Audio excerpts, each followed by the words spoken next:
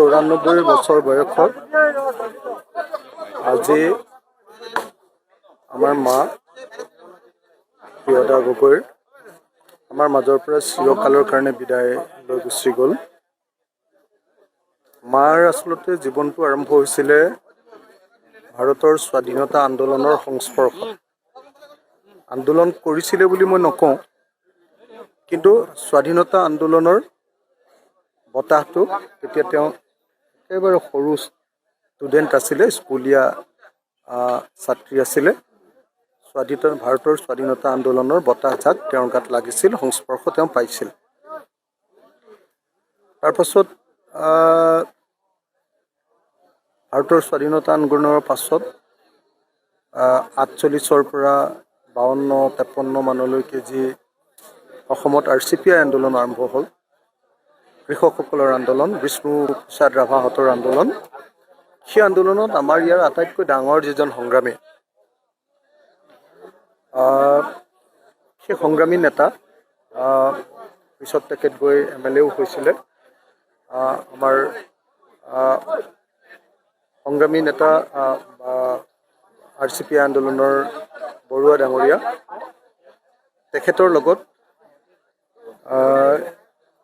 আপোনাৰ মায়ে আৰু মাহঁতৰ লগৰ বহু মানুহে এতিয়া মাটি দখল কৰিবলৈ গৈছিলে।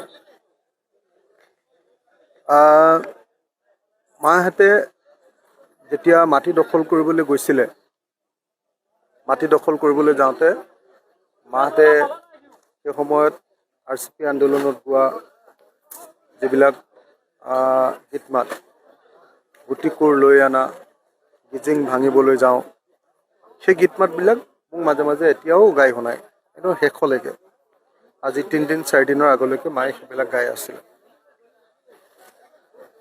এনেকৈ মায়ে স্বাধীনতা আন্দোলনৰ স্পৰ্শ পাইছিলে আৰু RCPI মুভমেণ্টৰ লগত যুক্ত হৈছিলে।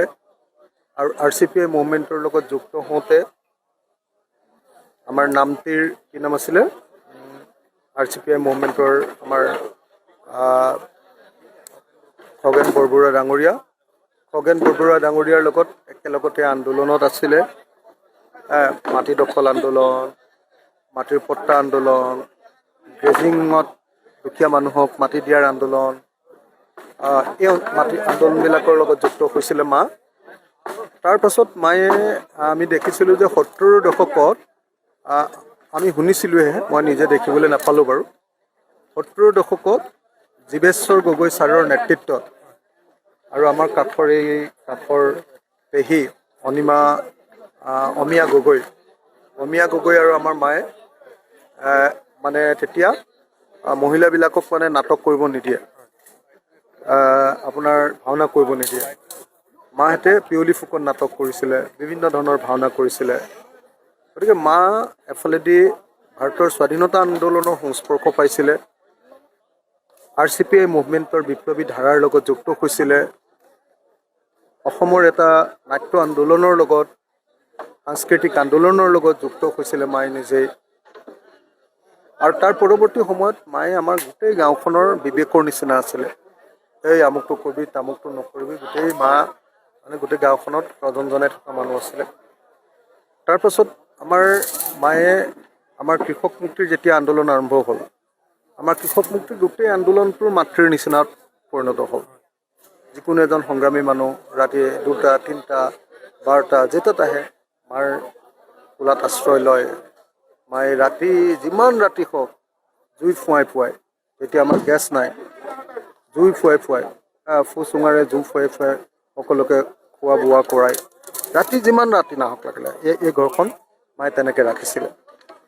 আৰু শেষ জীৱনৰ বয়সত মায়ে এই ঘৰখনলৈ আহিবলৈ বহুত চেষ্টা কৰিছিলে, মায়ে ইচ্ছা কৰিছিলে। কিন্তু মই গোটেই জীৱনটো আন্দোলনৰ লগত লাগি থাকোঁতে ঘৰখন মেৰামতি কৰা নহ'ল। সেইকাৰণে মাক আনিবৰ কাৰণে অকণমান সা সুবিধা কেইটামান দৰকাৰ আছিলে। মই এইবিলাক কৰি থাকোঁতে মা আজি ঢুকাই থাকিলে। তো মা মোৰ জীৱনৰ আটাইতকৈ ডাঙৰ। মায়ে বেলেগ একো ইচ্ছা কৰা নাছিলে। মায়ে মাত্ৰ তেখেতৰ লগত জমা থকা পইচাখিনি মোৰ হাতত দি কৈছিলে যে ৰাজহুৱা কামত খটুৱাব। 17,500 টকা নেকি মাৰ হাতত আছিলে, মানে হাতত থকা কেছ। তো 17,500 টকা মায়ে মোৰ হাতত দি কৈছিলে যে ৰাজহুৱা কামত খটাবি। মুঠতে মা আছিলে এগৰাকী আধুনিক মনৰ মহিলা, সংগ্ৰামী মহিলা আৰু দৰিদ্ৰ মানুহৰ পক্ষত থকা। আৰু মোৰ যিমান সংগ্ৰামী মই পাত্তা পাইছোঁ, মোৰ আপোচবিহীনতা সেইটো মাৰ পৰা আহিছে। মায়ে মানে আপোনাৰ আটাইতকৈ ডাঙৰ কথাটো আছিলে যে মায়ে আপোনাৰ বৃহৎ নদীবান্ধ বিৰোধী আন্দোলন হওঁতে প্ৰায় ইয়াতে ৰেল ৰকো আন্দোলনত যোগদান কৰিছিলে। আপোনালোক নিজে আহে চাগে তেতিয়া, হয় নাই, সংবাদ পৰিৱেশন কৰিবলৈ। মায়ে গোটেই গাঁৱৰ মহিলাবিলাকক উলিয়াই লৈ যায়, একদম ট্ৰেইনখন ঘপককৈ ৰখাই দিয়ে। মোৰ ইমান ভয় লাগে, ট্ৰেইন তেনেকৈ ৰখাব পাৰি নেকি, মানে ৰেল ৰকো কৰি দিয়ে। তাৰপাছত কা আন্দোলনৰ সময়তো সেই একেই, মায়ে ইটোৰ পিছত সিটো আন্দোলনত জড়িত হৈছিলে। মা গোটেই জীৱন মানুহৰ কাৰণে কটোৱা এগৰাকী মাতৃ আছিলে, অসমৰ এগৰাকী সুসন্তান আছিলে। গতিকে মাক বিদায় দিবলৈ পোৱাটো মোৰ জীৱনৰ আটাইতকৈ। আপোনালোকে জানে শিৱসাগৰত মোৰ কাৰণে মায়ে কেনেকৈ কেম্পেইন কৰিছিলে। 21ত মই যেতিয়া জেলত আছিলোঁ, মা মোৰ ষ্টাৰ কেম্পেইনাৰ আছিলে। মায়েহে কেম্পেইন কৰি মোক জিকাইছিলে, মোৰতো কোনো ক্ৰেডিট নাছিলে।